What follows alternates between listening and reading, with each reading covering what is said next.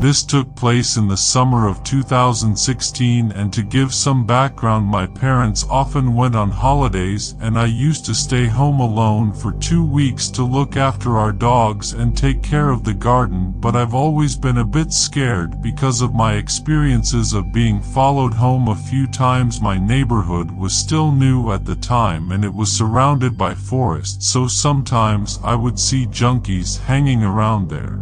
While walking home from the shops, even though I had some worries, I usually felt safe at home with my 4 big dogs. Nothing ever really happened because most of my neighbors were my dad's friends, so it gave me a strong feeling of safety, and our house was surrounded by a big fence with little spikes on top, making it almost impossible to climb over without getting hurt. The first couple of days were fine and nothing strange happened except for some thuds I heard in the garden. But I didn't think much of it since it was usually just martins messing with my mom's flowers. And it happened so often that even my dogs ignored it. Then, after 2 days, I finally needed to go to the shops, but because I was busy all day I had to go in the evening when it was starting to get dark. Not my best idea, I know. I went to the shops, got my stuff, and started walking home on my usual path. It was a busy path in the evening because people walked their dogs there, and it was like a mix of a park and a forest. As I walked texting on my phone, I noticed a guy I had just passed suddenly stand up from a bench and start walking behind me. I thought maybe he was someone from my neighborhood I didn't know, and he was just heading in the same direction. So I left the forest and came out onto a regular road where the houses start. The guy was still following me and I thought maybe he lived in one of these houses, but he didn't. When I reached the last turn where my house is and he was still behind me, I realized he wasn't one of my neighbors, and I started to feel very scared. But fortunately my neighbor who lives to the left of my house was outside watering his plants and saw me as I walked by. He started talking to me because he noticed I looked stressed and knew my parents were out of town. When the guy following me saw my neighbor, he quickly ran back toward the forest. Then I called my parents to tell them what happened, but they reassured me that I had nothing to worry about. They said our neighborhood is safe, I had my dogs with me, and so on. I tried to calm down and carry on as usual.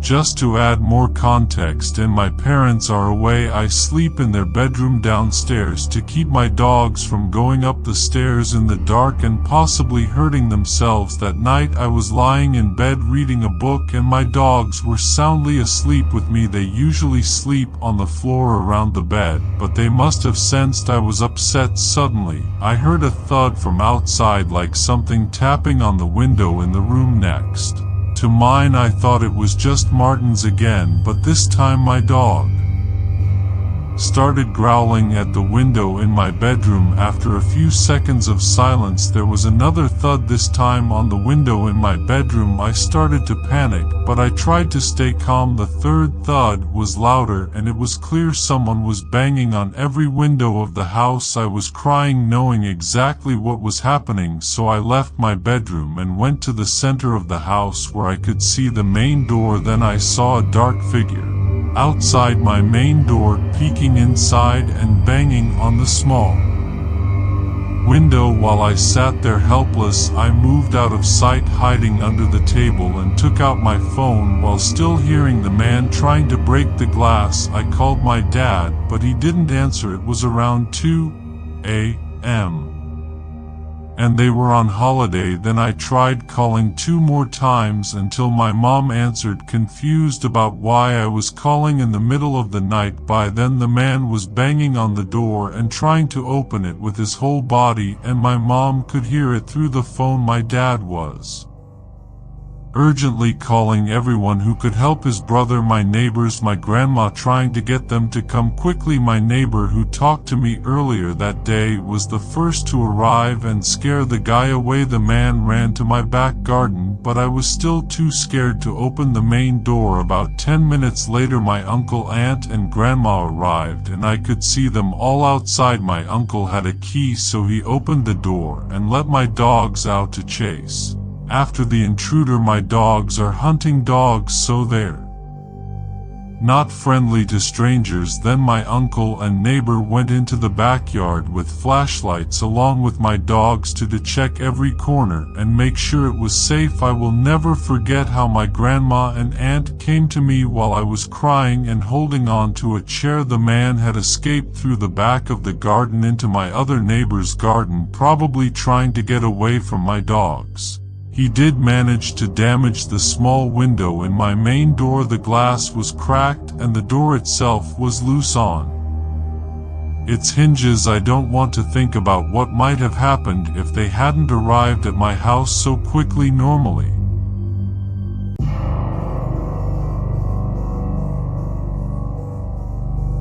when I was around 14 or 15 years old, I used to stay over at my cousin's house a lot. Her name was Skylar, and her husband's name was Josh. Skylar was about 24 years old and Josh was about 26. At that time, I had been staying at their house for a whole week without any problems. It was summer and their house was in a neighborhood that was growing quickly. You know those neighborhoods with lots of houses that all look the same and have cul-de-sac at the far end of the neighborhood. There were many houses that were only partly built. This information is pretty important anyways. Josh and I love watching movies and often stayed up late watching whatever we liked. That night Skylar went to bed early, but Josh and I stayed up to watch Would You Rather and then Ridiculous 6. By the way, that movie sucks. Usually Josh goes out to the back patio for a smoke every now and then, especially at night when he takes his dog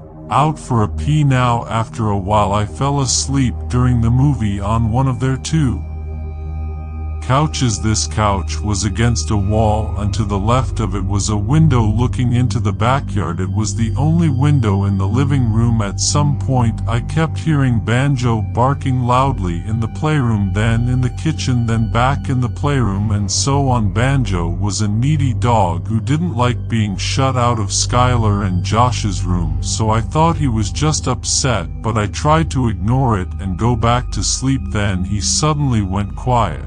He wakes me up again by growling at the window next to the couch where I'm sleeping. He wouldn't calm down, but I still didn't get up. I fell asleep again for a bit. Suddenly Banjo jumped on the couch right onto my stomach and started barking loudly again. But what really woke me up was a bright light shining in my face from outside the window. At first I wasn't scared, just really confused because my eyes hadn't adjusted yet. Then the flashlight moved up and I saw a man's face. It looked exactly like Josh's. Maybe they were twins. He was crouched down with his face close to the glass, and when I saw him I jumped a lot. I don't remember if I screamed, but the man started laughing at me. I could hear his laughter through the window. I thought it was Josh trying to scare me. I was still half asleep and feeling uneasy, so I decided to sleep on the floor in the upstairs hallway. I didn't tell Skylar what had happened because she gets really grumpy when you wake her up. Plus,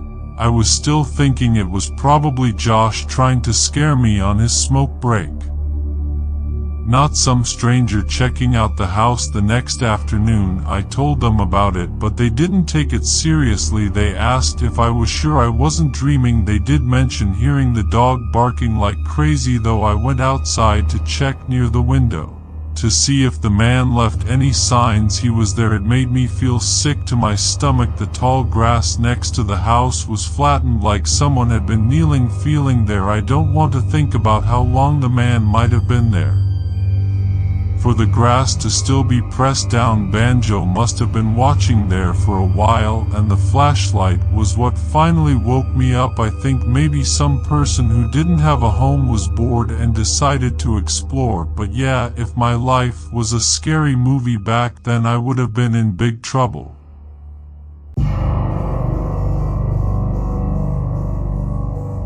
I came home from work exhausted from the long day. My feet ached, and all I wanted was to collapse into the old chair in my living room and unwind. The sun was already setting, casting an orange glow across the sky as I trudged up the steps to my front door. The house was quiet, too quiet. As I stepped inside and shut the door behind me, the familiar creak of the floorboards welcomed me, and I sighed with relief knowing I was finally home. I tossed my keys onto the small table by the door and kicked off my shoes, leaving them in a messy pile on the floor. The house was dimly lit, the last traces of daylight slipping through the curtains. I moved through the house almost on autopilot, my mind still buzzing from the day's events. My boss had been in a particularly bad mood, and the endless stream of tasks had left me drained. As I entered the living room, I saw the old armchair waiting for me. The chair was worn and sagging, but it was my favorite spot in the house. I had spent countless evenings there, reading, watching TV, or just staring out the window at the quiet street outside. Tonight, though, I just wanted to close my eyes and forget about everything. I settled into the chair, the cushions molding around me in that familiar comforting way. I leaned back, letting my body sink into the soft fabric. The room was quiet save for the low hum of the refrigerator in the kitchen, and the occasional creak of the house settling. The shadows in the corners of the room seemed to stretch and grow as the light outside faded completely. I closed my eyes, not to sleep, but to rest. The weight of the day pressed down on me, and I let out a long breath, trying to push the stress away. I wasn't thinking about anything in particular, just floating between thoughts, letting my mind drift. The quiet was soothing, and for a moment I felt like I could finally relax. But then, just as I was beginning to feel truly at ease, something cold brushed against my ear. It was so sudden and so real that my eyes snapped open. Before I could fully process what was happening, I heard it, a voice soft and close, whispering my name. "Get up, you have to get up now, now." The words sent a shock of fear through me, and I froze in place. The voice was so close, as if someone was right beside me, leaning in to speak directly into my ear. I could feel the warmth of breath on my skin, and it made my blood run cold. My heart pounded in my chest, and I felt a chill spread through my body. I sat up quickly, my eyes darting around the room, but there was no one there. The living room was just as I had left it, empty, silent, and still. The armchair across from me was vacant, the coffee table untouched. The shadows that had once seemed harmless now felt oppressive, like they were hiding something just out of sight. I stood up from the chair, my legs shaky as I tried to steady myself. The room felt colder now, the air heavy with a sense of unease. I couldn't shake the feeling that someone was watching me, that I wasn't alone in the house. My eyes scanned every corner, every shadow, but there was nothing to see. The voice had been so real, so clear, that I couldn't dismiss it as just my imagination. The hallway leading to the rest of the house loomed ahead of me, dark and foreboding. My bedroom was at the end of the hallway, the door slightly ajar. I couldn't remember if I had left it that way, but now the gap seemed to beckon me, drawing me closer, even as fear gnawed at my insides. I took a hesitant step toward the hallway, then another. The floor creaked underfoot, the sound echoing in the silence. My breath came in shallow bursts as I approached the bedroom door. The darkness seemed to grow thicker, the shadows deeper. As I moved forward, I reached the door and pushed it open with trembling hands, half expecting to see someone or something waiting for me in the dark. But the room was empty. My bed was unmade, the sheets twisted and rumpled from the night before. The clothes I had discarded that morning were still draped over the chair in the corner everything was as it should be, yet nothing felt right. I backed out of the room, retreating down the hallway with my heart racing. The sense of dread was overwhelming, and I couldn't shake the feeling that I had narrowly avoided something terrible. I hurried back to the living room, desperate to escape the darkness and the cold that seemed to cling to me. But even in the living room, with the lights on and the familiar surroundings, the fear didn't leave me. I could still feel the cold breath on my ear, still hear the voice echoing in my mind, "Get up, you have to get up now." I sank back into the armchair, but it no longer felt comforting, and instead it felt like a trap, like I was being watched from every shadowy corner of the room. I wrapped my arms around myself, trying to chase away the cold that had settled deep in my bones. I stayed there for hours, too afraid to move, too afraid to close my eyes again. The house was silent, but it was a heavy, oppressive silence filled with the lingering presence of something unseen.